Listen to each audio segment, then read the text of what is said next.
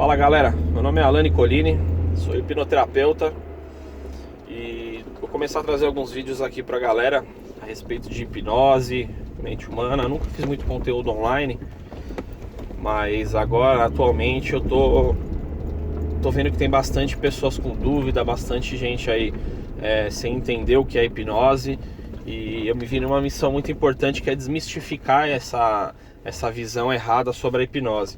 Peço até desculpa pra vocês a forma que eu tô gravando esse vídeo, eu tô dirigindo aqui, mas é que infelizmente o tempo que eu tenho pra poder fazer a gravação dos vídeos é nesse meio tempo, enquanto eu tô indo e voltando do trabalho.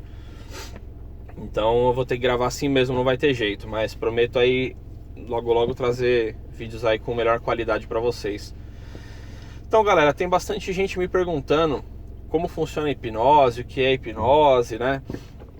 E eu vejo que tem muita gente com uma visão muito errada a respeito da hipnose, de como funciona, do que é. Tem muito aquele negócio de controle de mente, sabe? De você deixar a pessoa presa no transe, controlar a mente da pessoa.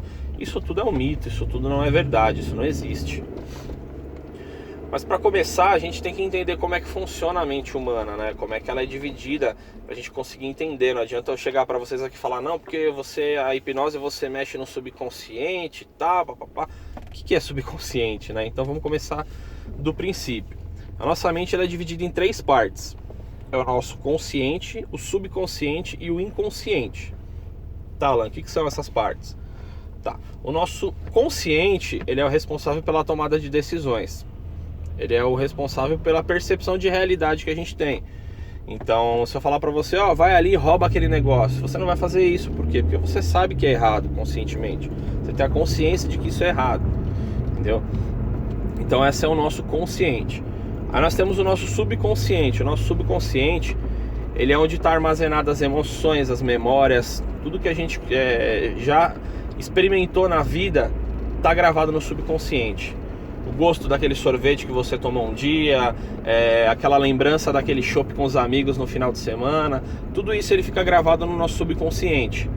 E a gente tem dois tipos de memórias, as memórias de longo prazo e as memórias de curto prazo. Então, para não sobrecarregar o seu subconsciente, tem coisas que o seu cérebro ele não vai armazenar. Por exemplo, você passou agora e você viu, eu tô dirigindo aqui, tô passando, vi um carro antigo aí, de colecionador, pô, que bonito o carro, legal e tal. Beleza, eu vi o carro agora, passou 5, 10 minutos, eu esqueço que eu vi aquele carro. Aquilo lá não é importante pra mim, entendeu? Então meu subconsciente ele não vai armazenar isso, ele vai descartar, é uma memória de curto prazo. E uma memória de longo prazo é o contrário, é aquele chopp lá que você estava tomando com os amigos e foi um negócio muito bacana, você se divertiu pra caramba. E quando as pessoas falam, vamos repetir aquele churrasco, vamos repetir aquele chopp, você lembra daquilo. Por quê? Porque aquilo foi uma memória que teve um sentido na sua vida, né? Que te trouxe uma emoção boa, ou uma emoção ruim, né? Algum trauma, você bateu o carro alguma vez. Então assim, é muito difícil você esquecer. Por quê? Porque aquilo teve um impacto emocional. Então ela se torna uma memória de longo prazo, né? Tudo que tem um impacto emocional se torna uma memória de longo prazo.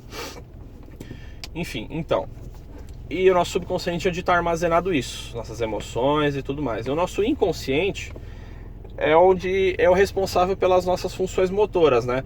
Ou seja, respiração, digestão,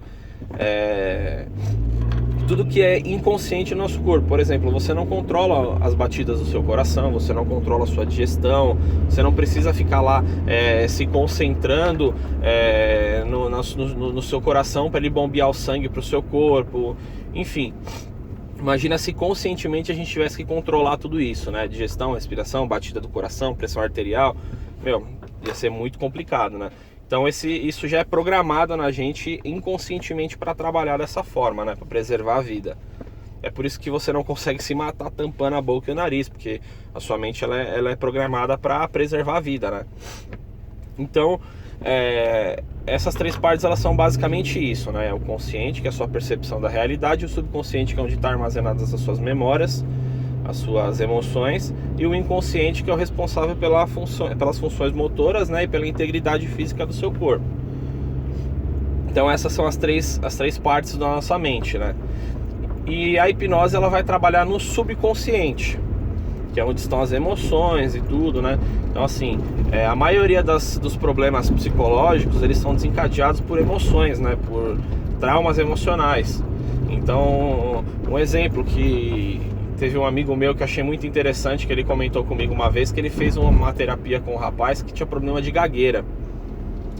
E a gente achou interessante, né, o que causou a gagueira nele, porque às vezes é uma coisa que a gente pensa que é bestinha, né, que é uma coisa que não tem sentido, e pode ser uma das coisas principais, né, para desencadear um trauma, para desencadear um problema psicológico, né. E esse rapaz, ele era gago, ele já tinha seus 40 e poucos anos, tudo, e ele não sabia porque ele era gago. E esse amigo meu foi fazer uma sessão com ele, tudo, fez a regressão de idade, tudo, e ele retornou aos 7 anos de idade. E nos 7 anos de idade, ele tinha participado de uma negociação da venda de um carro com o pai dele. O pai dele fez a venda do veículo, tudo, e depois estava conversando com os amigos numa lanchonete, no bar, tomando uma cerveja e tal, e ele estava junto e estava contando como é que foi essa negociação, né? E num determinado momento, o moleque viu que ele estava falando coisas que não condiziam com a verdade, né? Ele pegou e falou: pô, pai, o senhor é mentiroso, né? Não foi assim, não foi desse jeito. E na hora o pai, para não passar vergonha na frente dos amigos, deu aquela dura no moleque, né? Cala a boca, moleque, isso aqui, você não sabe o que você tá falando, tal. E os amigos ficaram olhando pro moleque, né? Meio assim e tal. E aquilo ocasionou uma emoção negativa muito forte nele, né? De recusão e tal. Então ele ficou com aquele negócio, aquele choro engasgado, sabe? Entalado na garganta.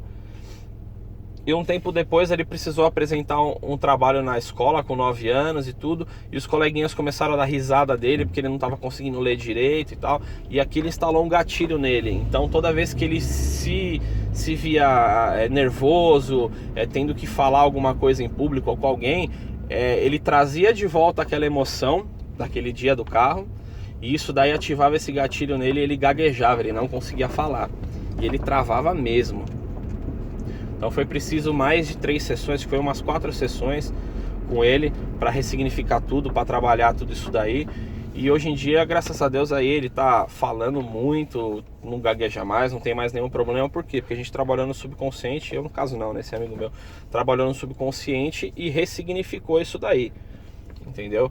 Então é mais ou menos para vocês entenderem como às vezes uma emoção, uma lembrança que a gente não dá sentido, que a gente lembra, mas não dá muita relevância, né? Às vezes tem uma coisa muito profunda, né, instalada na gente. Então aí vem digamos que um monte de coisas que agregam, sabe, crenças limitantes. Tem muita coisa que ajuda a reforçar essa rede neural, né? Porque quando a gente tem uma experiência, é formada uma rede neural, né? Com aquela lembrança. Então vamos supor, você bateu o carro, ele formou uma memória de longo prazo e criou uma rede neural daquela batida daquele carro. Então toda vez que você pensar naquela batida, que você lembrar daquela batida, isso vai fortalecer essa rede neural. É como um hábito, né? Toda vez que você vai fumar um cigarro, a pessoa vai lá, põe o cigarro na boca, acende. Se sente mais segura, se sente enturmada, pô, faz parte da galera, porque eu também fumo e tal. Então toda vez que ela fuma um cigarro, ela acende aquela rede neural e ela vai fortalecendo isso, ela vai bombando aquela rede neural, como se fosse uma musculação, né? Então essa rede neural, ela fica muito fortalecida e ela ativa um hábito muito forte, né? Por isso que é muito difícil a gente parar de fumar, né? Drogas, bebidas, é uma coisa que é muito difícil, né? Porque são coisas que trazem prazer, né, para as pessoas, e isso fica gravado, né? Então, galera, basicamente essas são as 3 partes aí da mente do ser humano. E no decorrer dos dias aí eu vou começar a trazer mais conteúdo para vocês aí. Vou falar um pouquinho em cada vídeo sobre alguma coisa, para não ficar um vídeo muito extenso também, porque é muita coisa para falar, muita coisa para explicar. Então, de início, para vocês entenderem um pouco mais como funciona, é assim. São essas 3 partes e elas trabalham em conjunto. Então, muito cuidado com o que você fala, com o que você pensa, porque as palavras, elas têm poder, a lei da atração, ela funciona muito, e o que você pensa, o que você fala, você diz para o seu subconsciente o que você quer.